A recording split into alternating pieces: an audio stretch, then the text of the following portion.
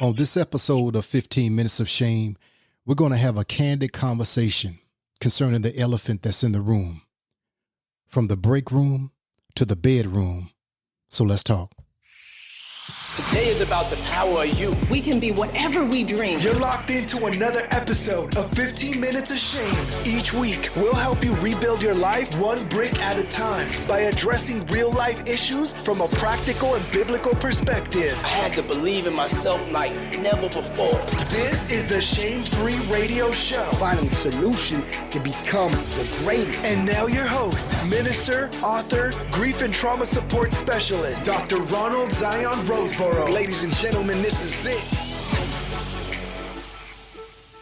Greetings, Shame-Free Life family and friends. You're back for another installment on 15 Minutes of Shame on the Shame-Free Life Radio. I am your host, Ronald Zion, and it's a pleasure to be back with you again, family. And I am excited. I'm just busting out of the seams because we have a show for you today that I believe is going to be a blockbuster, definitely an informative show for each and every one of you to listen to share it with as many people as possible, because I have with me in the house Brother Keith Belvin. Now, we also know him as KL Belvin, and up top they know him as Big Dog. But today we're going to talk about, can you stand the pain?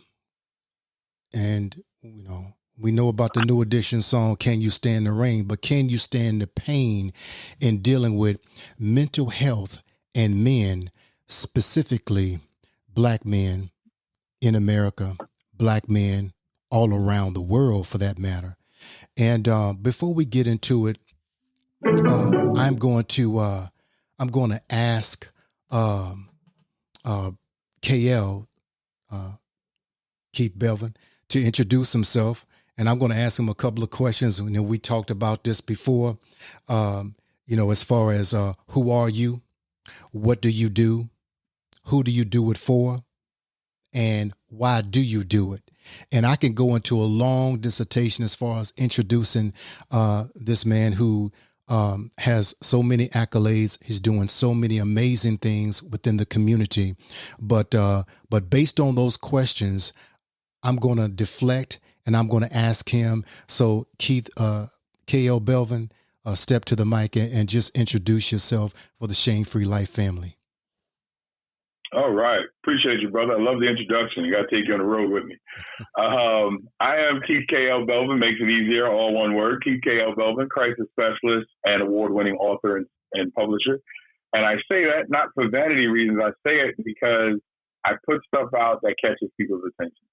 And that is my hope. What do? I'm a counselor, and I deal with people who need assistance with the problems that they're dealing with, as well as I help authors to create works of art that they can get out to the world that they control. So that's another area that I help. So I am just a servant, bro, and I do things best that I can to help those in need, man. Absolutely. And you definitely do it well. You specialize in crisis intervention, and some would call you a crisis interventionist. And I couldn't think of any more fitting person than to talk about this, because I know it's near and dear to your heart as far as the pain oftentimes that we go through as men, crying in the night, drinking it out, sexing it out, whatever the case may be. But at the end of the day, still not dealing with the pervasive pain that is there. So with all that being said, when it comes to mental health, KL, why is there such a stigma concerning mental health in men, but also primarily Black men? Oh, man, great question. Well, you got to look at the way we are raised. There's a social economic factor. There's just so many avenues, but that question is deep, but I'll do the best I can with it. Simply because as men of color, we're taught to be tough. So often we come from homes without a father, so we have to try to figure it out. And then those that come from a home with a father, a lot of things are stripped away in terms of you fall, you better not cry. If you get upset, you better not cry.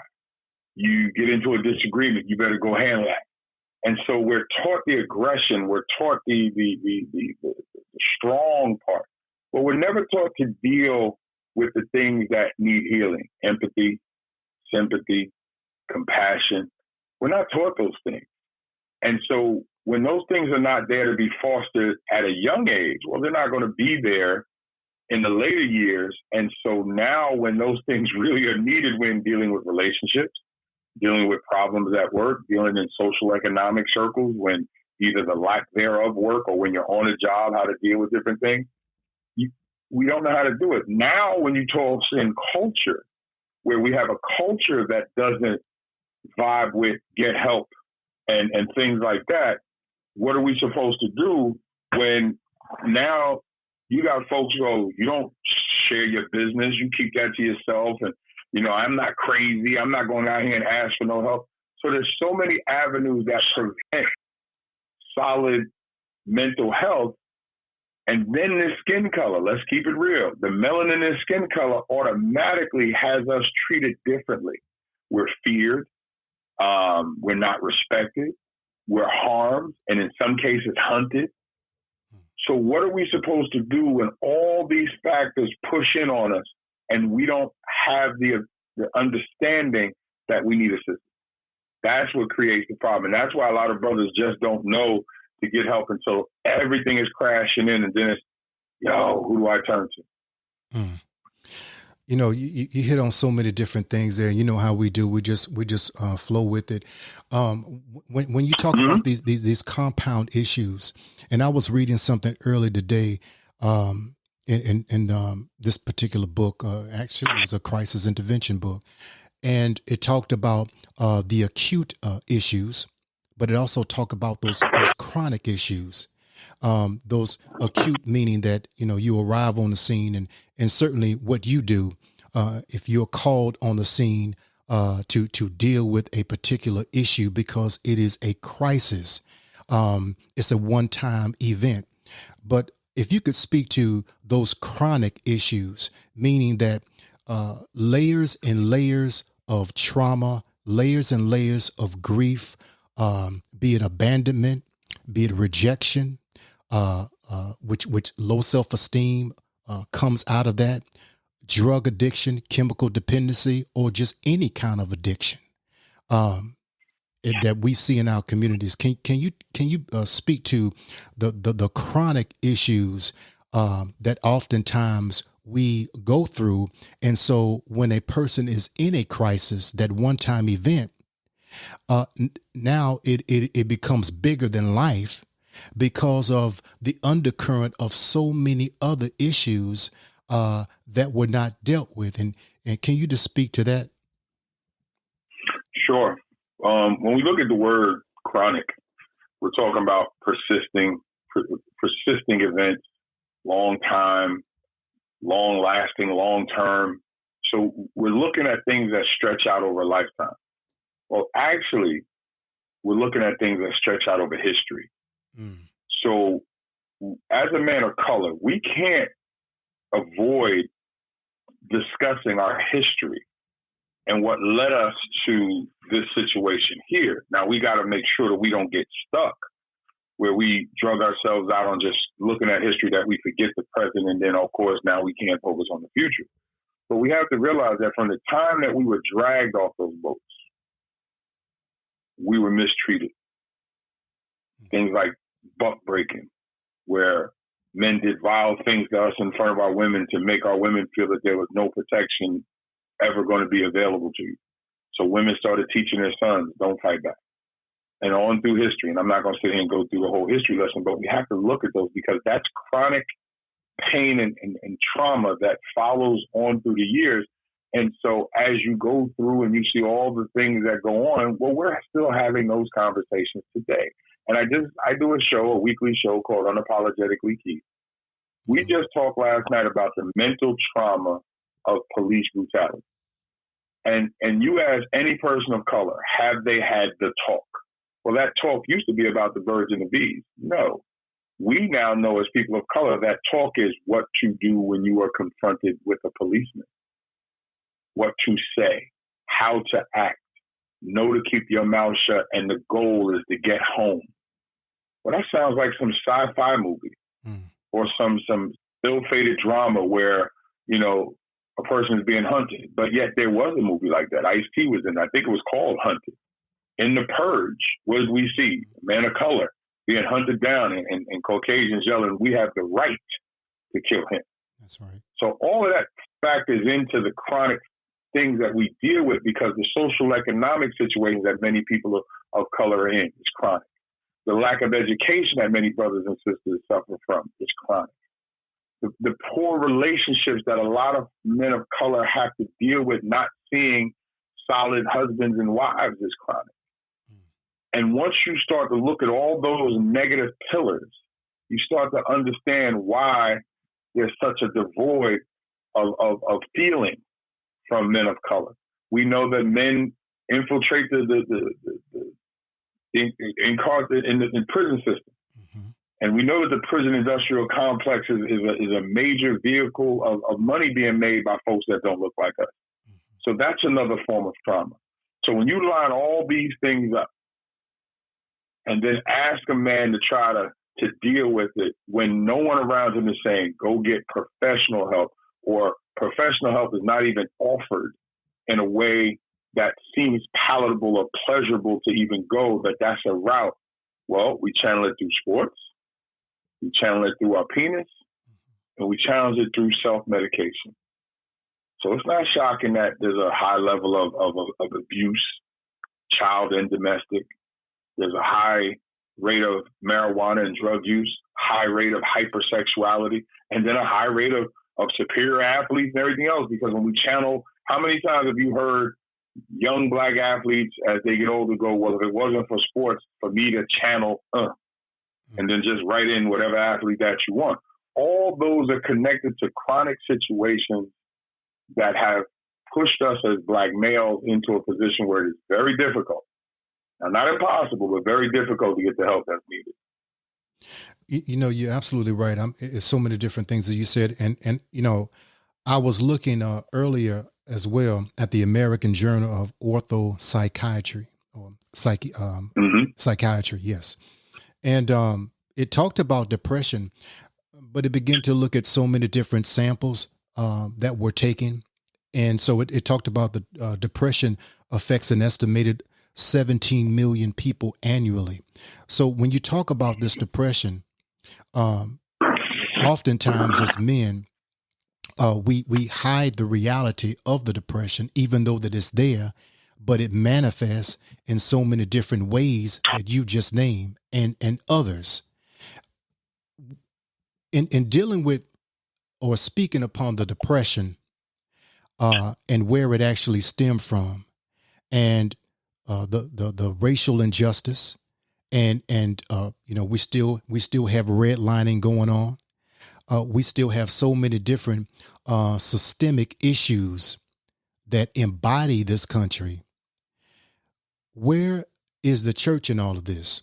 Now, there are many churches that I have come in contact with, and you are a minister, so am I. We have friends that are all within the fivefold: apostle, prophet, evangelists, pastors, and teachers, etc. We understand that. We get that. But why is it, and we're going to continue to keep it, you know, a buck on this show, why is it that we see mental health advocacy, mental health clinicians in white churches, but we see far few in black churches? Now, is it a financial deficit in which we cannot afford to have clinicians on the payroll? What exactly is going on? It's not as if we don't have qualified and certified clinicians within our community that are servicing our community. But when it comes to overall the church and the lack of participation, when it comes to the health of men, though we follow a man called Yeshua, Jesus, who also practiced psychology amongst the disciples and everyone else that he met. So how is it that we can follow a man who was the physician of all physicians, who understood psychology, who understood emotional brokenness, and he dealt with it and healed that, yet we're not reflecting the same type of ministry that we are a part of. So my question is, where is the church in all this? Why is there such a lack of participation concerning black men in the church? All right, here we go. Here's where people are going to get very upset with me. It's okay. First of all, let's look at Jesus in this capacity, right? Jesus came back to get at who? Not regular folk. He came to get at church folk. So who killed him? Church folk. Yeah, Romans did the deed, but it was church folks who put the pressure on Pontius and got all the people riled up and said, kill this man. For doing what? Healing, teaching, feeding, because it was going to come and upset their apple cart of what they had in motion. So what's the difference now? If they're going to kill Jesus then, why are we shocked at what we see in the church now? Studies have shown that 90% of all African Americans have connected to some type of religious use when dealing with mental health. And African Americans are like 20% more likely to experience mental health problems. But because we structure our churches, often the way we structure certain things in the home, then we don't deal with the things that are wrong until it becomes a super crisis or so far gets away from it. Now, you mentioned a fivefold ministry. How many churches really have fivefold ministries when teaching is not actually on the same level as preaching? So where is a person supposed to get mental health from when we don't even set up our churches to be all ends taking care of the middle? The Pharisees and Sadducees wasn't trying to listen to the people. They were guiding the people, and they didn't try to listen to Jesus. They got upset because their position was being challenged. As a mental health clinician, I have fought with pastors of color, have had some say to me, I just don't see that as a thing I really want to deal with, when I've said you need to have, and as I try to work on a regular, creating mental health ministries. And it's sad that the church that I do work with, I guess, quote unquote, would be considered a white church because it's mixed somewhat, but mostly white folks and a white pastor and white staff, but they get it. Well, first of all, the Bible, you mentioned Jesus. Jesus actually was the greatest therapist that ever lived. He did fantastic questions. He actually gave fantastic teachings in terms of trying to help folks who are struggling with something. He gave guidance. He gave structure and was very firm when need be. And he called out BS when he saw it. And they killed him for it. And we're going through the same thing in the church now. We want to lay hands on, put oil on, and everything else, but nobody wants to actually sit down and go, what's the problem? And how do I deal with it? And there's clinicians sitting in every church. But yet we have to go to secular folks to get assistance because the church has too many old saints who think we can pray away everything. No, prayer is a fantastic way to speak to God. But then we got to get in and get this work done. And you need folks who specialize in mental health capacities who understand the indoctrination of Scripture to be able to hold that. Suicide is mentioned in the Bible. Did not Judas kill himself because he got flustered and couldn't realize what to do?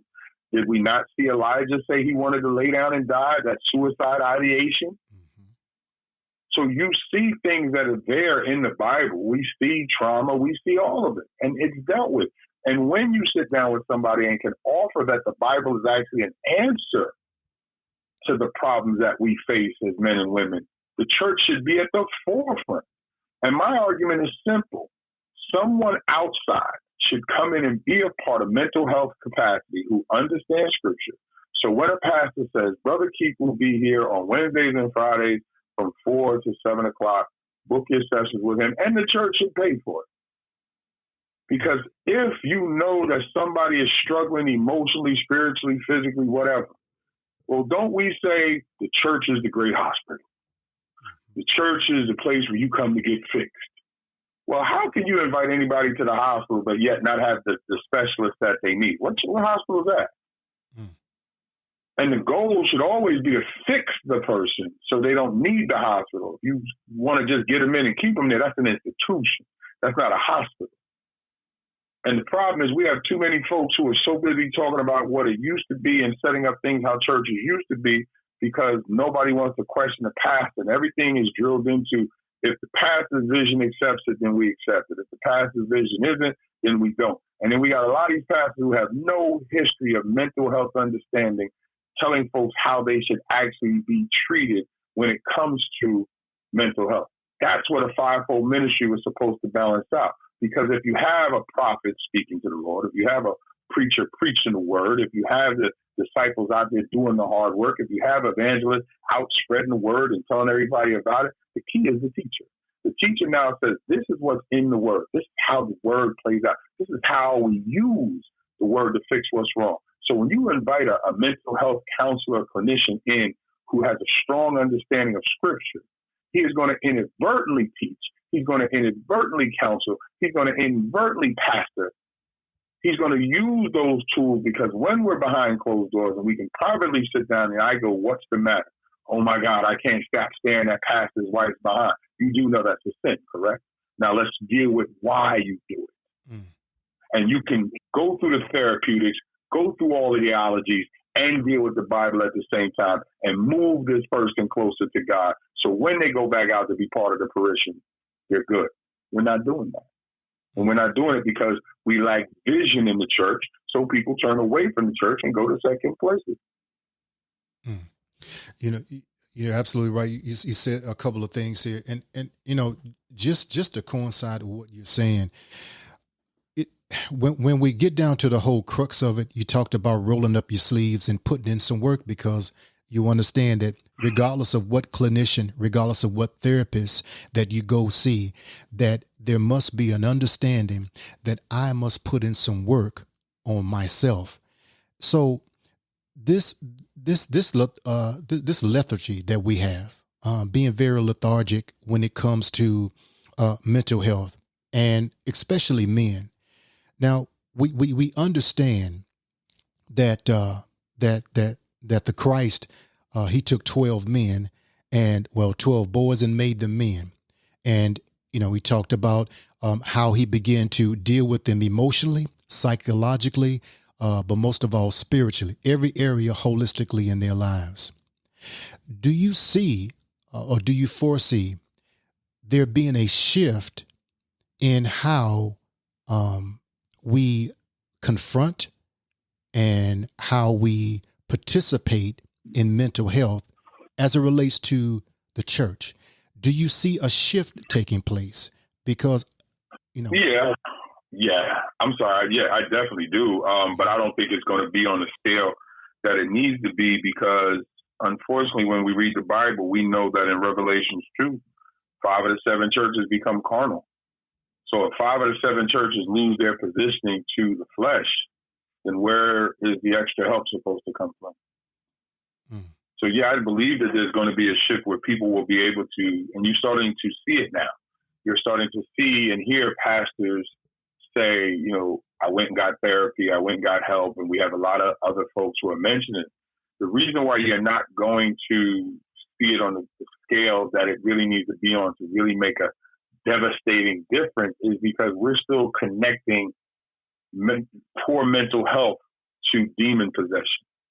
We're still connecting poor mental health to things that of old doctrines that need to make sense to older folks. And until you start to see younger folks allowed to be in the pulpit, allowed to set up ministries, allowed to do some things, well, we're going to have a problem. Because a lot of older saints can't get away from what they were taught. A lot of older saints can't get into, so I'm supposed to go talk to this man about my problems behind you. Well, you talk to God and you don't see him. And the Bible actually talks about how can you believe in something that you don't see, but you won't deal with your brother. Right. See, the Bible is a fantastic book in terms of turning you back to dealing with someone that is on your plane. God actually says, stop trying to climb up here to me. Just trust that I'm here. Faith is the belief in things not seen. Just trust that I'm here. But go deal with your brother first. What did God say? Don't come offer me anything if you ain't going to take care of your brother first. God says, don't even try to help your brother if you don't even want to help yourself, in terms of you can't take a speck of dust out of your brother's eye if you got a plank in yours, meaning deal with your problems first. And if you then do that, if you listen to what Scripture says, if you go, well, can the Scriptures really help me in terms of mental health? Let's talk about it. Moses had an issue with stuttering, panicked when he was told to go back to Egypt. Well, what did God, the great counselor, do? Put your staff down. Let me show you something. Put the staff down, turned into a snake. He said, put your hand inside your cloak. Put it in to pull it out. It was disease. He put it back in. It was healed. Even after seeing those two miracles, when dealing with the great counselor, Moses goes, but I stutter. Aaron's already on the way, bro. I already sent you somebody who will speak for you. Now, if you read the scripture a little bit further, it says when you get to the other side of the desert, get with the elders because they're already waiting on you. So I got a team waiting on you. So if you put the work in, I got the resources already in place to deal with whatever it is that I am going to have you do. Well, that's what a counselor does. If you make the time to come and see me, well, then you get the resources that I have, the knowledge that I have, and any teams that I'm connected to. So the examples are there. Jesus, again, same thing. So in defense of people who were struggling with things, he then made certain things clear. And he didn't embarrass folks. When the men were going to stone Mary, what did he say? He spit into the dirt. He wrote something out. Each man looked down, saw his sin. So check what he did. Check what he did. He made sure there was no HIPAA violation. You look down and see your situation. Oh, yeah, but I'm not going to tell nobody. Right. Why? Because the great counselor is not going to embarrass you. But I need you to see that you got some stuff with you. And then what did he say? Let he without sin cast the first stone. But first, I'm going to show you that I know your sins, but I'm not going to embarrass you. That's it. By letting other people know. And then he turns to Mary and says, now, no one's harmed you, but don't sin anymore. Mm-hmm. And what would a counselor tell anybody? Okay, you are protected, but now I need you to stop. The thing that you did that you now know is wrong, I'm here for you. So there's examples of quality therapeutics going throughout the Bible, but because we can't see it or because we don't teach it, we cannot teach what we don't see, and we cannot teach what we do not know. You know, you hit on something there because when you spoke about the reality of grace, that's basically what you said. When you gave the examples, mm-hmm. About Jesus writing in the sand, and one thing about him, he or the woman at the well, Yeshua said, it's needful for me to go through Samaria. Well, why? Because I'm on assignment, and I have a time release, healing that's got to take place. And so, in meeting her, he did not shame her. They had a one-on-one counseling mm-hmm. session. There she is. He's sitting on the well. She's looking at the living well. And hey, listen. We know the story. Go tell your go tell your husband. Well, I don't have a husband. Well, yeah, you're right, because you've had 5. The dude that you're with right now, he's not yours. He's somebody else's husband. So let's talk. Let's get to the root of this situation. But he didn't shame her. There's so much, and of course, the name of the show is Shame Free Life Radio. There's so much shame that's going on, especially in our community. And the shame is very real. It's tangible. We find so much addiction that comes out of the shame to try to silence the voice of shame. And oftentimes there's so many people that are compelled to receive the accolades, the approval, the validation, the affirmation, to silence the shame of what happened to them. And it seems that we have such a lack of grace as it relates to those individuals. But what I want you to speak to, KL, the difference between, and I believe that there is a distinct difference between a disorder and an injury that occurred. I refer to it as an injury. When we look at, the DSM-5 or looking at so many different psychiatric books and manuals, it talks about so many different types of disorder, be it borderline personality disorder, narcissism, etc. But there are some people that I believe that are misdiagnosed in our community, whether it's intentionally or not. I think that, that we write them off as being crazy, or this person has this person is schizophrenic, or this person is manic. Well, they may be or may not be, but unless you have the wherewithal to be able to properly diagnose that it is schizophrenia or it is mania, then what you're doing, you're placing that person in the category that they don't belong. But perhaps this person is injured because of what happened to him or her. But since we're talking about men, so can you speak to, as far as from your experience, the people that you oftentimes deal with, making a distinction as opposed to just painting everyone with the same brush on the same canvas, those individuals that we deem as being of having a disorder, and we demonize them, as opposed to those people who have an injury and they don't have a disorder. Something happened and they can't work through it. Can you speak to that reality that's in our community? Oh, sure. Well, first of all, we have a ton of misdiagnosed folks, because look at how special ed is set up. Kid is a behavioral situation, special ed. We place him in special ed when we don't look at what's causing the behavior. Kid may have no type of learning disabilities whatsoever, but he's just hard to deal with. We stick him in special ed, but no one stops to say, well, what's his home situation with him? What is he seeing? Has this kid seen murders? Is he suffering from PTSD and God knows everything? Okay. So let's go back to what you mentioned about injuries and disorders, right? So an injury can be, I got to dig deep here. Injuries can be, say, acute, or meaning that it's something like, it could be an overuse injury or a chronic injury, depending on the severity of the injury itself. But over time, it should heal depending on how bad it is. But the goal is it's going to be a period of time. A disorder, however, when we're looking at anxiety, mood, psychiatric, or eating, it's connected to something. So until we know what the actual diagnosis is, we don't know what the treatment is. And it's very important that we understand that, because if you look up disorder, I believe it says it's like a state of confusion. And an injury is not a state of confusion. An injury is a momentary, is an instance of an injury, like something happened to create the injury. But with a disorder is different. And it's very important that somebody understand that, because, again, I just had a conversation today talking about blood pressure. If you don't know what your resting blood pressure is, somebody can tell you there's nothing wrong with you.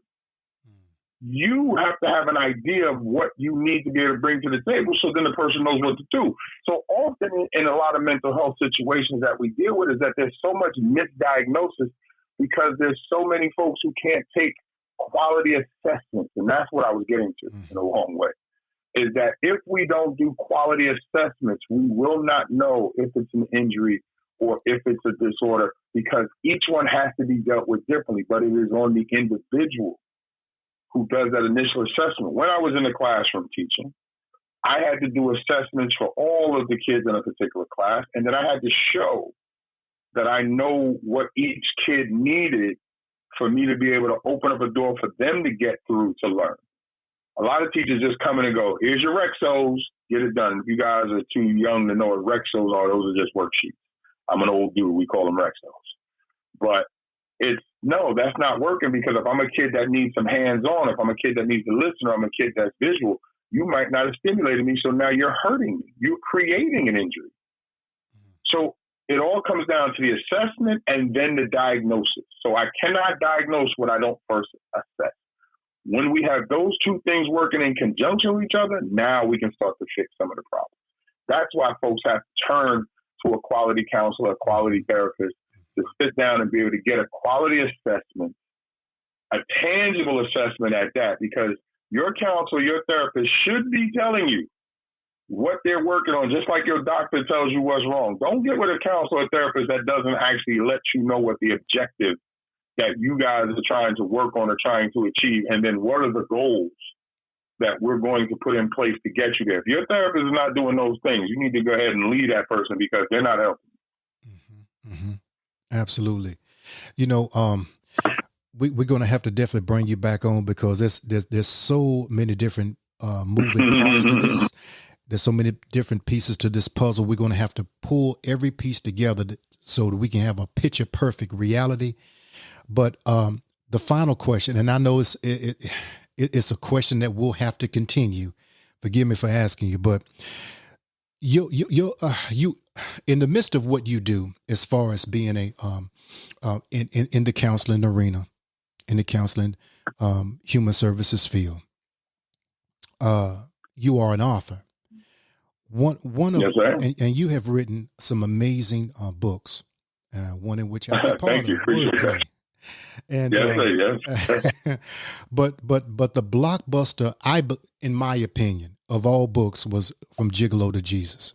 Now, yeah, which is really a hallmark as it relates to a rites of passage that many of us, me included, that we have taken as far as how many women you can go through, et cetera, et cetera. And we're seeing again, and this is certainly when we talk about the state of the world, we also have to talk about the state of the church because the church is in the world, even though the word says be in the world, but not of it, of the system of it, that is. So we can't separate the two, but we see even this behavior in the body of Christ. And so when I think of the book that you wrote, From Gigolo to Jesus, you were not dealing with a disorder. I was not dealing with a disorder. We were dealing with injuries that occurred in our lives. So as we look back now in the generation that is coming after us, and it is our kingdom responsibility, it is our therapeutic responsibility. It is code and ethics to make sure that we that we pass the baton in such a professional way, in such a way of excellence to those young men that are coming behind us. But my question to you is, which we're going to carry over, the cluelessness, I call it, the cluelessness that's between black men and black women, of black women truly because we're being played universally, but we're being played against each other, pitted against each other. We both have so many different issues that are lying underneath so many other issues. But when we talk about the cluelessness of them not understanding us, but at the same time, it's hard for the woman to understand of us if we're not speaking to her, communicating with her. So I say all that to say, can you speak to, and again, we're going to carry this over to a whole nother show, just dealing with relationships that I really appreciate your expertise in this particular arena as well. But can you speak to the cluelessness? Well, I don't understand him. I'm trying to get to know him, but we're still talking about unaddressed trauma. We're still talking about injuries. We're still talking about abandonment issues.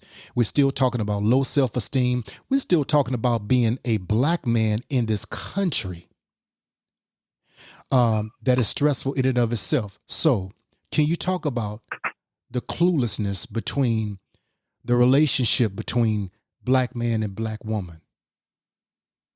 Sure. Well, first, I just want to go when you said the injuries and the disorders. First of all, injury can create disorder. So me being molested 7 or 8, I can't remember what age, that created a hypersexuality in me with women So I didn't take on the behavior of the person who molested me. It was my response to the injury that then created the disorder of the sexual appetite becoming, almost a drug addict on sex. Mm-hmm. Because you get so inundated with what you believe to be right that becomes the disorder. Because again, remember I said the disorder is a state of confusion. So to your question between brothers and sisters, well, that simply goes to the hate that hate produces. Mm. Our women were left to believe that they weren't protected because we know that slave masters would destroy us and destroy them in other ways too. And throughout the years, it's been an ongoing attack on not allowing brothers and sisters to come together in a unified way. And when we have seen it, when it has been able to poke itself through all the mud, like the I believe it's the orchid that pushes through the mud and becomes a wonderful flower, we see the Ozzie Davis and Ruby Dee. And we see folks who have these long relationships and we go, oh my God, how did that happen? They were black in this country. And they were black in a time when it was dangerous to be black in this country. But the thing is, when you can actually put it together, it works. When people ask how my wife and I have been together 20 years and how we overcame her catching me cheating 3 times. I didn't say how many times I cheated. She caught me 3 times. Mm-hmm. But we were able to overcome that before getting married and then not having those incidents after we got married because my mindset had changed. Mm. So what it is that when so much has been done to keep us separated, well, then after a while, we start to take on the behaviors of those that abuse us, the hate that hate produces. And so we don't see unity because it's not something that many of us have really truly experienced. We don't know how to speak to our sisters, and our sisters don't know how to speak to us. And that's why we keep looking to folks who we really shouldn't be looking to for information, because those who really should be giving it to us, their mouths are closed. So we turn to entertainers, we turn to athletes, hell, we're turning to politicians to show us what should be the way to put a marriage together and do things, when it should be the church. It should be our parents. It should be every one of those folks who claim to love the Lord and read that Bible, because the Bible actually already defines what love is in Corinthians. But we don't align our relationships up like that. The Bible's already aligned how marriage should look. We don't align our relationships up like that. The Bible has actually gave order in how the house should be run. We don't align ourselves up that way. So if we're not aligning ourselves up in the way that the Creator said do it, if that's what you believe, well, then why would you be shocked that you don't have the type of unity inside the relationship that you have? Now, let's say you don't believe in the Bible or anything else that way. That's fine. I don't turn away my atheist folks. Jesus didn't. Right. Well, we still have a problem with communication, because even those that don't believe in God still don't understand how to be able to convey to their woman that they're hurting, and then have their woman convey to them that I can fix it, but somehow we got to come together and do that. Hell, the whole 70s and the whole black exploitation era was designed on films where it was, I just got to get past what the white man is doing to me. And we couldn't see the love stories amongst all the other stuff, but it was really communication. And one thing I'll leave you before I let this go, because I know we're going to talk about another time, is communication is like water. It's supposed to flow. But when you block water up and you dam it up, what happens? It builds. It builds, it builds until it explodes and everyone is drowned and everyone is hurt. So that communication is supposed to be free flowing, back and forth, no interruptions. And when two people have that type of flow, not only are they healing and lifting each other up, they are bonding. And they're becoming greater than any individual piece that they could be. And when that starts to happen, when that synergy starts to happen, it is what God said, two become one. But because we don't align ourselves with things that we believe are greater than us, well, we suffer the consequences. KL, there's so much to be said about this particular subject. Can you stand the pain? And it's a rhetorical question, because if you have enough pain, the answer is no, I cannot stand it.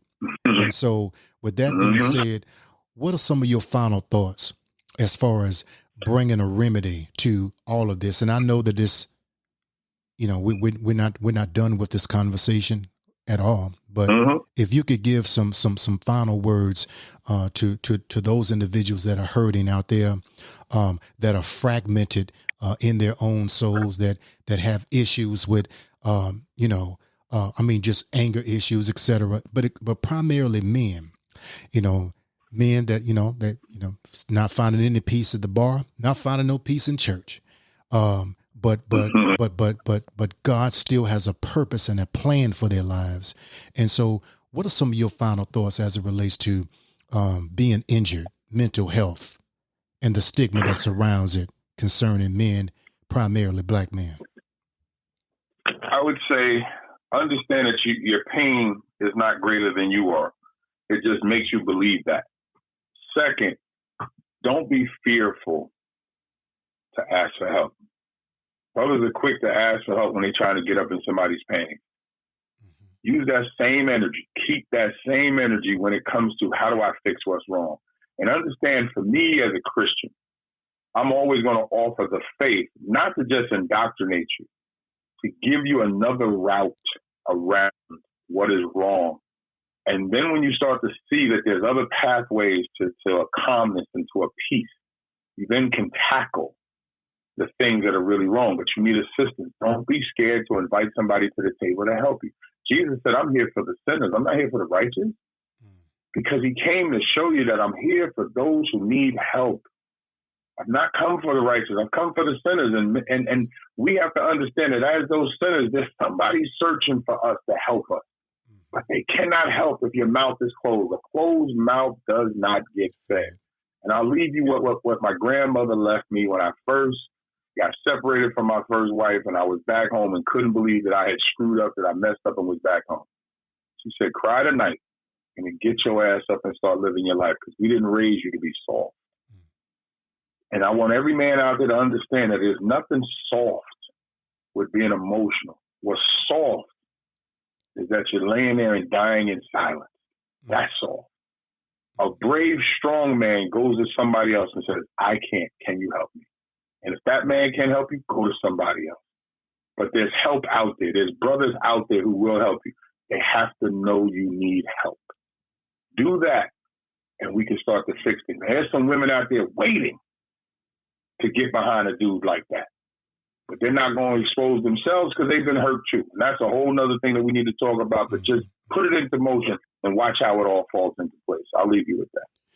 Well, I'll tell you what, KO, that's a perfect segue to talk about how people can get in contact with you. We know that you are an author. We know that you're doing so much work within the community from a counseling, therapeutic standpoint. How can people get in contact with you if they want to set up a session, if they want to connect with you? Sure. They can go for counseling. You can go to my website, which is Belvin, BRAVIN Consultant, CONSULANTS.com, BelvinConsultants.com. You will see that there's a link for a discovery call if you just want to have a free conversation where it's like, can we just figure out what's wrong? Or if you really just want to go straight to the counseling, there's another link that you can just click it and set up a counseling session with me, and we'll go from there. All my links are there. That's the way to reach me. If you're interested in just going to my publishing company, Belvin Publishing. Same thing, BRAVIN Publishing.com. And that's all my publishing information and all the stuff that's there, because I do that as well. But the one thing I would say is you can reach me on any social media page. Just reach out, Keith K.L. Belvin. And also, if you want to hit me directly, my email is info, I-N-F-O, at BelvinConsultants.com. Send me an email and reach out. Do not be scared. I'm here to talk. Do the discovery call. It don't cost you anything. Let's figure it out. Let's see if I am the person. But here's one promise I'll make, and I don't make many. If I cannot help you, I will not hurt you.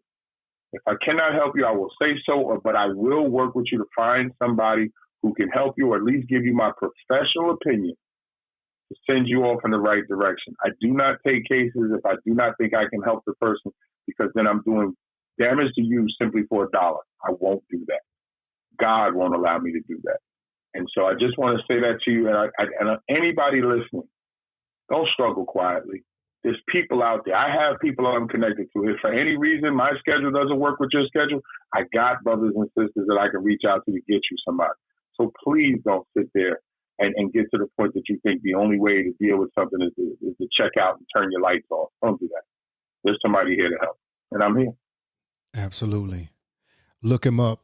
Keith K.L. Belvin. He is the real deal. And it's a pleasure to have you on the Shame Free Life Radio, 15 Minutes of Shame. You know, we got to definitely have you back because there's so many other issues that we need to bring to the forefront and come up with a remedy for this sickness. And we know that there is definitely a remedy. I'm ready. Absolutely. Well, we're definitely going to have you back. Thank you so much again. If this show was a blessing to you out there, family, just hit us up. Also, do you have a Cash App, KL? Oh, yeah. Oh, okay. Yeah. $ KL Belvin. I tend to forget it. $ KL Belvin. If anybody wants any offerings and stuff like that, I tend to I always forget I have one. Yeah. $ KL Belvin. Real simple. Absolutely. So we oftentimes sow into people that mean us no good. Well, how about sowing into people that do mean you good and have your best interests at heart? And definitely my Cash App is $ the Shame Free Life. That's $ the Shame Free Life. Until next time, as we always say, that we're definitely here to help you rebuild your life one brick at a time. Why? Because your life begins when you say so. Thank you for joining us on the Shame Free Life Radio Show for 15 Minutes of Shame. Follow us on IG and Twitter at Shame Free Life.